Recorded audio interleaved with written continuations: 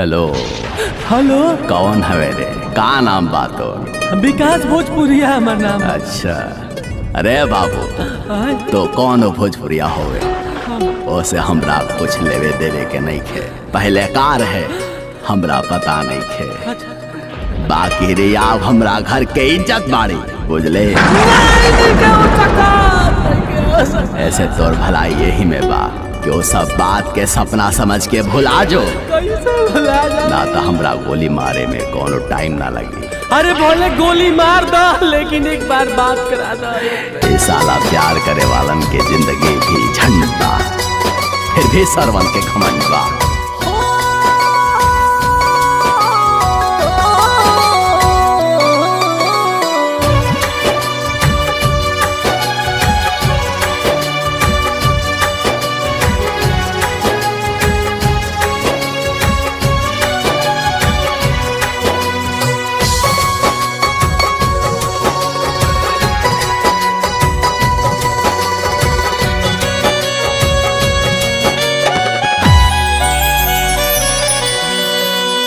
जैसे हम जरीले वैसे जोरे लुकिना। जैसे हम जरीले वैसे जोरे लुकिना। अपना पगला के याद तू करे लुकिना। अपना यासिक के याद तू करे लुकिना। जैसे हम मरीले वैसे मारे लुकिना।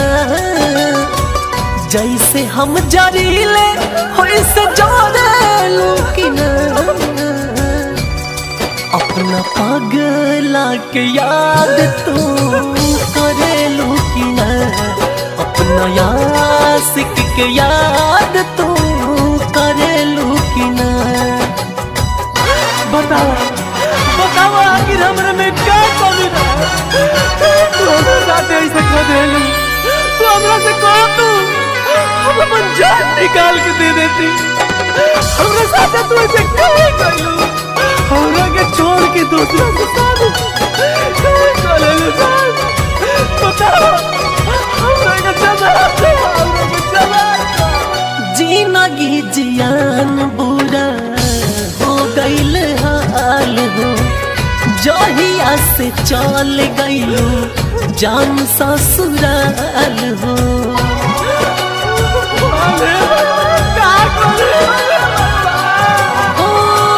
जिंदगी जियान पूरा हो गइल हाल हो। जहिया से चल गइलू जान ससुराल हो। हरिल जैसे तू हरे लुकिना।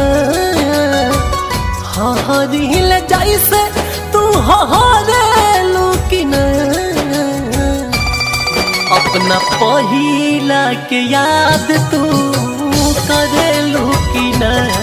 अपना यासिक के याद तू करे लुकिना। एक बार तू बोले ना तू खाली एक बार बोले ना तू कि ऐसा करे पूरा जीते बना दे लू जा तू। हे भगवान हमरा के काहे जिंदा रख ले? हमरा के मार काहे निकल? हम जी के का होई? हम जी के का होई? कुह के करे जाया खे आवेला रोवाई। लागेला कि जान अब जान चली जाई। अब का हमरा जिंदगी में पता ना तू अब क्या कुह के कपड़े जाया के आवेला रोवाई। लागेला कि जान अब जान चली जाई। दहकील जैसे तू दहके लुकिना। दहकील जैसे तू दहके लुकिना। अपना पगला के याद तू करे लुकिना। अपना यासिक के याद तू करे लुकिना।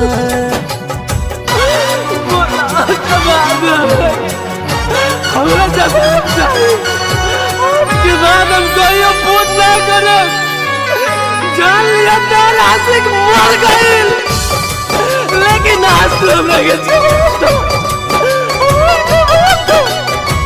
हम चैन से मर भी नहीं पावा हम चैन से जी भी नहीं पावा मौत भी नया तारे हमरा नसीब में कही दाबी का सावा से बारे में गरीब के अरे हम कहीं से तार सपना सजाई का ऐसे कर मौत भी नया तारे हमरा नसीब में कही दाबी का सावा से बारे में गरीब के जैसे आह भारी ले तू भरे लुकिना जैसे आह भारी ले तू भरे लुकिना सोहरा बाबा के याद तू करे लुकिना अपना आशिक के याद तू जैसे हम मरीले वैसे मारे लुकिना जैसे हम जरीले वैसे जारे लुकिना अपना पगला के याद तू करे लुकिना अपना आशिक के याद तू करे लुकिना जौन गाना सुन रहल बानी ना।